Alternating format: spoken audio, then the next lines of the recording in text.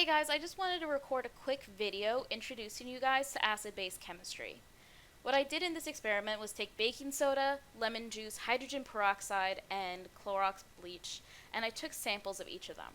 I took the baking soda, and as it was only powder, I put it in some water, so it was easy to work with a pipette. All the other ones were liquids, and I easily transferred them over to small cups in order to work with them more easily and safely. I then proceeded to set up a series of different pH indicators, including red cabbage, which you just boil for a few seconds. Taking the baking soda, I added it to some of the red cabbage, and it started turning blue.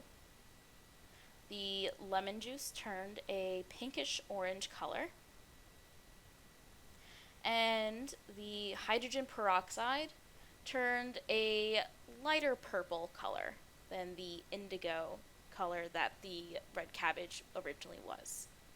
My favorite one was the bleach, which turned this golden yellow color. I then proceeded to use a universal pH indicator strip. Pro tip, cut them in half so you can use them more efficiently.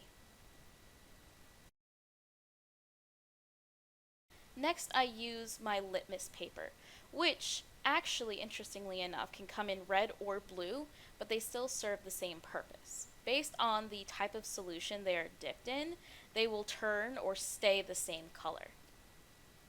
Finally, added my solutions to phenolphthalein indicator solution, which only changes color when introduced to a specific type of substance. I then went back to add more baking soda because I knew it should have changed, but it wasn't high enough concentration before.